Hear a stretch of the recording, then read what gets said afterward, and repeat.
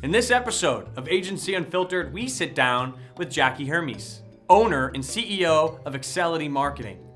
Accelity is a Milwaukee-based B2B inbound marketing agency and a gold HubSpot partner. Jackie and I discuss the art of being picky. Agencies should be picky in their clients that they bring in, the services that they offer, and the hires that they make. In the true unfiltered spirit, Jackie pulls back the curtain and shares her lessons learned when Accelity wasn't as picky as they should have been. Being strategically picky will build a more efficient sales process, a more effective team, and drive better results for your clients. But don't take my word for it. Let's jump in.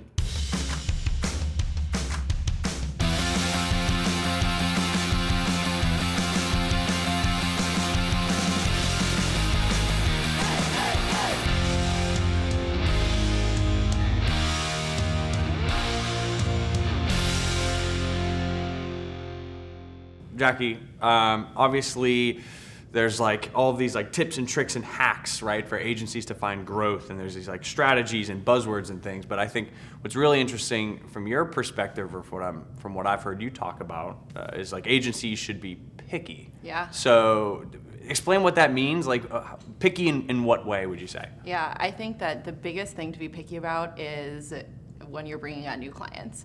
Like, especially when you're first getting started, Yeah. We did this a lot where all money seems like good money, you know? Sure, it's yeah. like any project and anyone that'll pay us seems like it's money in the door. How can you say no, right? Right. Sure. And I think a lot of agencies kind of fall into that trap. And one, it hurts them because they just become like an agency that serves everyone, and then when you serve everyone, you really serve no one. And two, when you're not vetting for like mindset and making sure that they really trust you and that they want to work with you and they trust the process, it can hurt you internally. Actually, we've lost clients and employees over not making the right choices bringing on clients. It's interesting. Yeah. So when you say like, okay, picky in regards to what your client's mindset, like how do you source that information? Like how do you find that info, or like, and what questions do you ask to find that out so you can be picky? Yeah, I think really it's not as much in like grilling someone and asking them questions as it is going through and having a really set sales process, going through that process and really feeling out and understanding.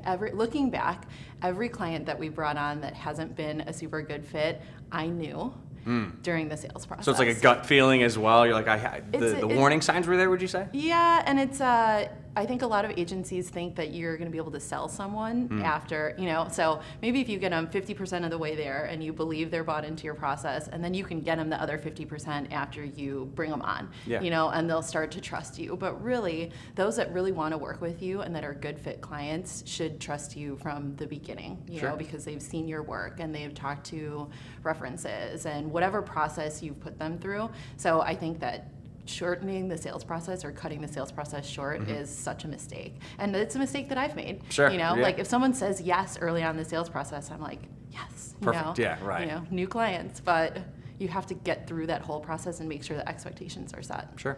It's interesting you mentioned like, okay, if they can get like 50% of the way there, and then like actually when we start delivering or going through kind of their relationship with us, we'll bring them to that 100% mark, let's say.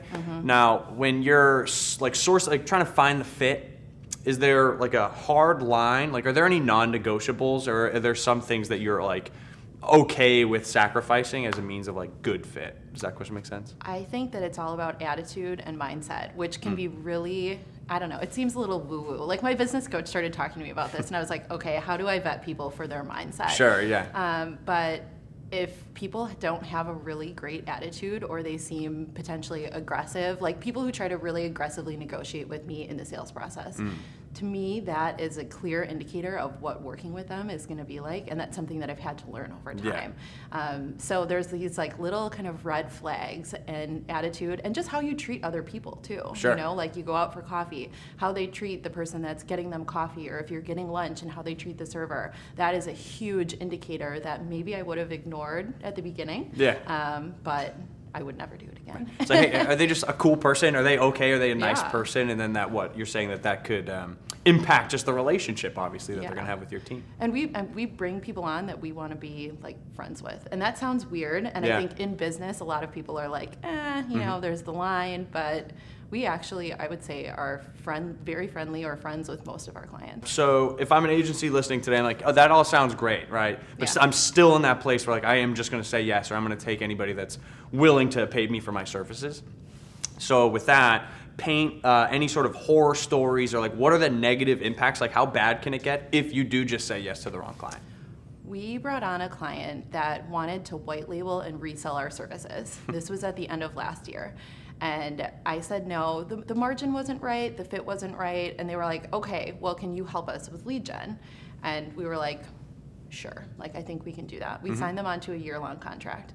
4 months into the contract, we found out that they were basically like not taking our processes, but I think that they were learning from us so that they could launch their own arm of the business. And they were like, well, you know, we told you that we wanted to white label Let's see how they do it, and services. then we'll just go do it. And I was like, yeah. okay, you know, if they were clear up front on the intent of the relationship, then we certainly wouldn't have signed them. But then we had to end the contract in a very painful way. And when it's local, like it was someone in Milwaukee, we have a lot of the same circles. We call Milwaukee Small-Waukee. It's like a very, it's a small community, and the business circles are not, you know, like we all kind of hang out together. So it was. Now it's was like this painful. frictional relationship every time you see them, and Yeah, it's hard, and we have a lot of mutual friends too. So really? that makes it even more tougher. difficult. Yeah. But we had another client that was a website project, which we actually don't do websites anymore. Okay. Just because they are constantly like going out of scope, and Right. the client seems like they're not happy a lot of the time at the. I find with the website result. projects too, like they tend to focus on like the wrong things, right? Yeah. And you get a lot of time, energy, bandwidth trying to like tweak and update these things. In the long run, it doesn't feel like they're going to be super impactful. But Yeah, and we took on a project that was just a lot bigger than we had ever done before, and we were like, okay, I think we can do this. You know, it was a stretch for us, and it ended up being a really painful project. And Really? I think at the end they were happy with the result, but we probably put twice the time that we quoted into it. Okay. You know, so Yeah, so right. at that point. It looked like a great project. It's a $40,000 website, but when we're putting enough time into it that we're making $30 an hour, Yeah, you know, right, it doesn't make sense for us Right. as an agency. So I found that every time I've taken on those clients that maybe weren't quite the right fit, we end up not making as much money. Our margin isn't very good. The client isn't happy. Our team isn't happy. And every time it's like, well, that wasn't worth it. Yeah, right. You know? Exactly. Yeah. So I guess my next question would be, okay, we're talking, like a prospect's going through our sales process. At some point, we're like, actually, this isn't going to be a good fit. How do you approach that conversation? Like, how do you turn away a customer because you just don't think they're going to mesh with your team? So it's very interesting. This last year, I've been tracking all of our opportunities and who said no to what meeting, like what stage in the sales process, and why. Like whether it was them saying that they didn't want to move forward or it was us. And I found that we actually are saying no to a lot of second and third meetings that we don't think are a fit. And a lot of times, what I've done is built a great database of resources. Like if the client is just, I think they're great, but they are not a fit for our services, then I'll just refer them to someone else. You know, like here's a freelancer that has a better rate that I think is going to be a better fit for you, or here's an agency that does really great design and branding work, which is something that we just don't really do. So if you can have those like referrals in place, that you can send them somewhere else. But the really hard ones are when you maybe don't think they're a good fit to work with anyone, and you don't want to send them on to anyone. Yeah, sure. That actually. So you don't want to sacrifice like your referral partnership. You know what I mean? Like you don't want to hurt that relationship. Yeah, that just happened to me. Oh God, I don't even remember how I handled it. I met this guy who was basically saying that he was very proud that he'd gotten all of his resources to get his company off the ground without paying anyone. And I was like, ooh, nope. red flag, Yeah, nope. red flag. And I just told him that I didn't think it was a fit to work together, and I wished him the best of luck. And if he wanted my advice or opinion on, a thing or two in the future, I'd be happy to help him, but I couldn't send him on to anyone. And it was a hard conversation. That's tough, yeah. It was a family friend too. Really? So that made another layer of complexity. So much Yeah. harder, I know. But you know what? I think that if I see him in a coffee shop, we'll be totally good now. Yeah. As long as you handle the conversation professionally, and that can be hard, right? And it can be scary to say no. And I think a lot of people think that if they say no, that it'll ruin the relationship or it'll have a negative impact on them. But as long as it's done professionally, I think it's okay. Well, it's professionally, but it also sounds like there's like a positive spin to it too. You're like, hey, you don't frame it as like, we don't think you're going to be a good fit. It's like, hey, no, those are just services or things that you need that I think somebody else might be better equipped. So the positive spin seems to ease the situation. Totally. Yeah. And then I think the other point you were making there too is that it sounds like kind of your qualification of good fit versus bad fit happens at the first call or like way early in the process. Yep. That seems to have worked for you. Have you had anybody go all the way like 90% to the finish line and you had to turn away at that point? Yeah.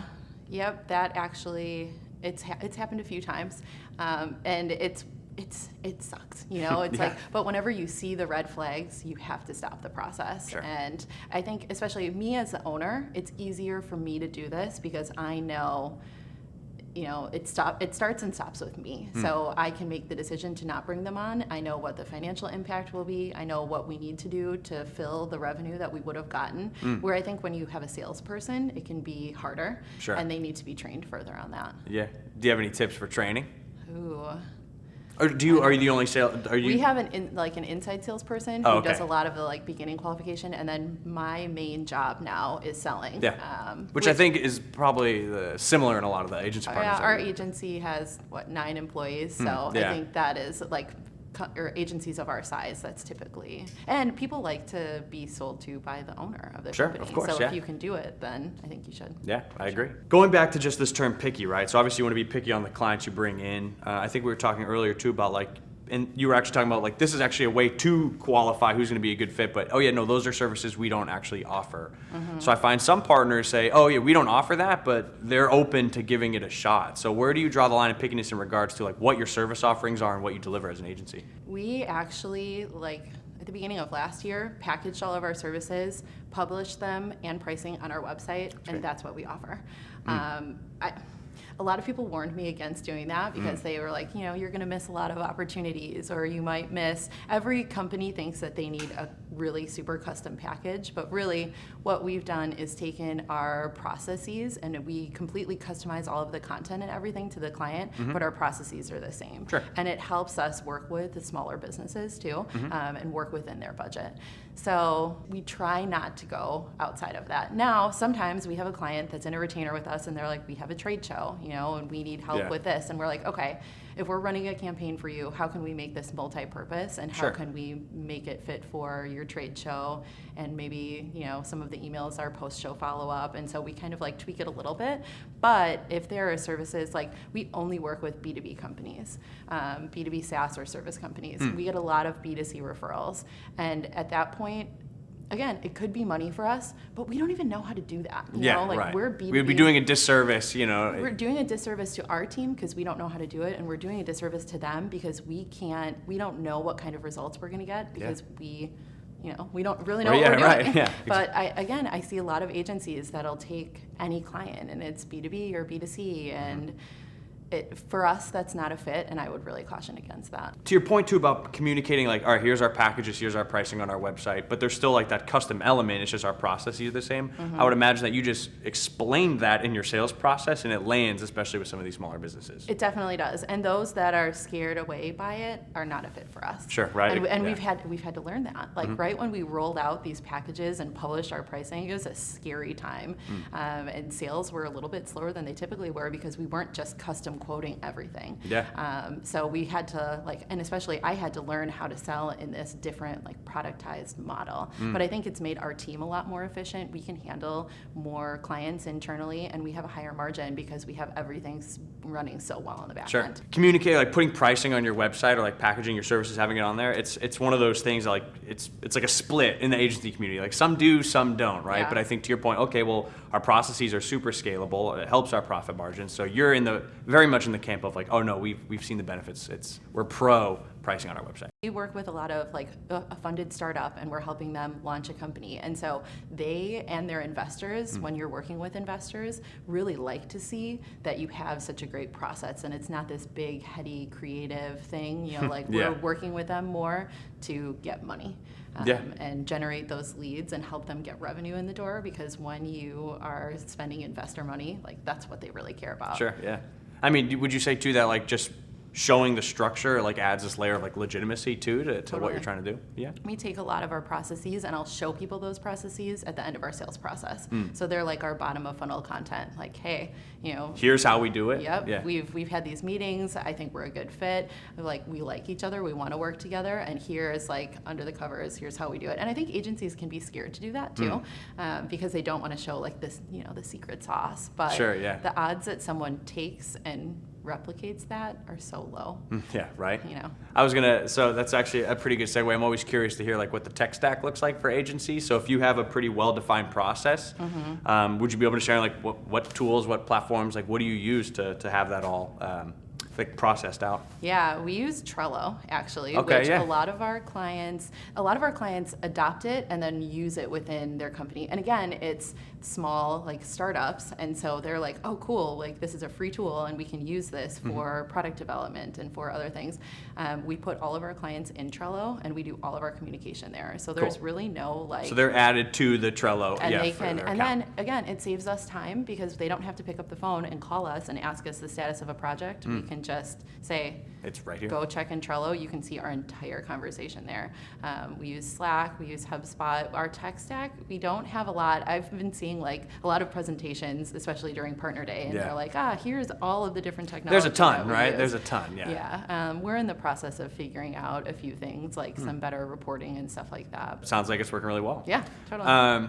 Going back to your pricing page, because again, it's one of those things that some people are all about it. Some people are like, oh no, we want to custom build and not communicate any of that. Yeah. Do you have any data or like any reporting around like conversion around your pricing page, like the traffic to your pricing page? Like, have you been able to attribute net new leads or MQLs or SQLs, however you label your leads, like from the pricing page in particular? No, it's part of our lead scoring process, but I don't know that we've dug that far into it because a lot of times. But at least the lead scoring surfaces folks that have seen the page to the top of your list, I can imagine. Yeah, absolutely. We haven't dug too far into the data because a lot of times people are coming into our sales process and I'm having that first conversation with them and then I'm sending them to that page and saying, you asked about pricing. Here are the ranges of what we offer. We can customize this for you a little bit, but just to make sure we're on the same page. And that saves a lot. I have a lot of clients that ask, like, how do you vet for budget? Like you can get to the end of a however many hour sales process and then they say like, okay, we want to spend $1,000 a month. And you're like, well, Sorry, that's not a fit for us. I think there's a freelancer or something. Yeah, right, exactly. Right. But I don't want to get 5 hours into a sales process and hear that. Yeah. So doing that up front and just sending them, like in my first follow-up email, hey, here's our pricing page. Is this a fit for you? Again, it's qualifying as early as you can so you don't put all the time, effort, work into the whole process, get to the end and find out it's not a fit. Yeah, absolutely. I think like the last few questions I have for you, obviously we've talked about being picky and we've talked about the type of clients you want to bring on. We've talked a little bit about like services, how you communicate your pricing. Is there any other element of pickiness? Is that a pickiness? Pickiness, I think that's a word. But like, is there anything else agencies should be picky about? Yeah, hiring. Hiring, sure. Right. I just published a post on LinkedIn about like one of my first hiring mistakes and got so many comments on it. I hired a freelancer that was like a friend of a friend that I was like, okay, I can trust this person. She was supposed to turn around this big project for one of my first clients when I was consulting on my own and was calling and texting her all day the day before. And then she called me at 11 p.m. No, she emailed me and was like, I don't want this project anymore. I never started it. I don't really like this work. And I was like, oh my God. Okay, terrific. Great. Yeah, right. I stayed up all night, did the work myself, went to the client's office and like pitched it to them on 0 hours of sleep and took a nap in my car. And they saw me sleeping in my car. It's a story. Really? So, yeah. Yeah. You're like, that's how dedicated I am. Yeah. Yeah. all night for you, It speaks to, They're still working with us, which That's is great. yeah. But it can be really easy to make those hiring mistakes, especially at the beginning, because you're like, I need a resource, Right. So it's like, let's get someone in the door and get someone doing this work right away. Yeah. Because as an agency, it can be difficult to project when to hire. Because if you hire too early, it costs money and the employee is bored. Right, If you yeah. hire too late, then it's like a rush to get someone in the door and Right. you're maybe not making the right decision. Yeah, you sacrifice quality for like availability, I guess, right? We just need headcount versus like let's Right. actually kind of source these candidates, right? Yeah, so now we kind of have like a constant pipeline of potential candidates going. And we hire locally because we want people in our office, which makes it another challenge, Sure, like, yeah. I've been talking to a lot of agency owners that are digital agencies. Yeah, big and remote teams. Yeah, right. Yeah, sure. And then you have just a lot more talent to choose from versus Milwaukee is a decent sized city, but we really have to look and vet candidates pretty closely. One big thing that we've learned in the hiring process is not to just take their references and call them. We tell them who we want to talk to. So, interesting. Yeah, it's the first time I've heard that. Yeah, it's a cool process. So once we get through and go through their whole work history, we say, we want to talk to your boss from this company. Can you connect us with them? Like, what was their name again? Give us their contact information. We want to talk to this peer that you mentioned during the process. Can you give us their contact information? So we're selecting who we talk to, and it's like like when you're selling a new client and of course, any company that you send them to talk to is going to give you rave reviews. Well, yeah, you wouldn't connect them otherwise, correct, right? Yeah, correct. for sure. And same thing for references, right? It's a slanted process where it's like, here are my 5 biggest fans, call them and they'll tell you how great I am. Right. But it really changes the process when you choose who you're calling. What are like your go-to interview questions or like pieces of information you're trying to pull from them to source good fit, bad fit as early as possible? So the first interview is you ask 5 questions about every job in their work history.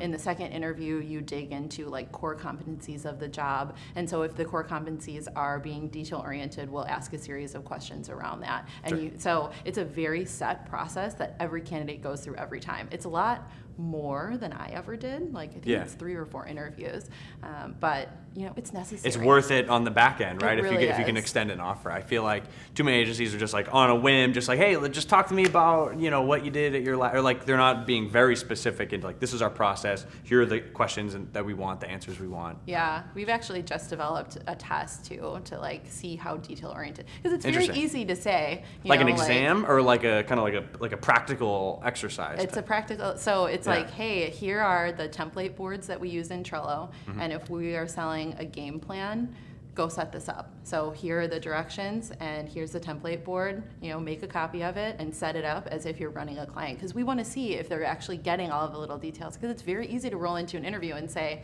I'm very detail oriented. Yeah, sure. Okay, prove it. Yeah, sure, right, yeah. What would you say is like the weirdest part of just agency life?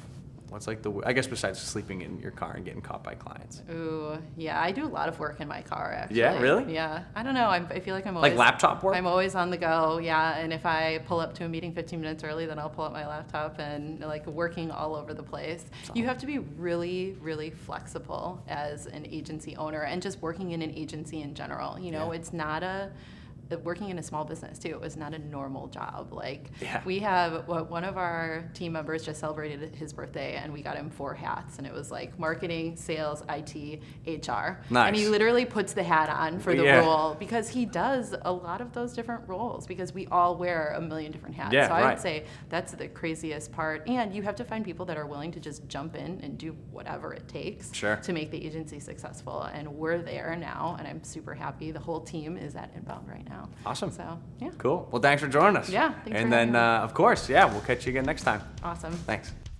That wraps up another episode of Agency Unfiltered. If you like what you watched, make sure to subscribe to our Agency Unfiltered newsletter, which will remind you when the next episode drops, as well as send you a ton of other helpful, strategically curated agency content. You could also subscribe to our channel on YouTube or podcast on SoundCloud. And if you want to keep the conversation going, tweet me at Kevin_Dunn. Remember, keep it unfiltered, stay weird. I'm Kevin Dunn, and I'll see you next time.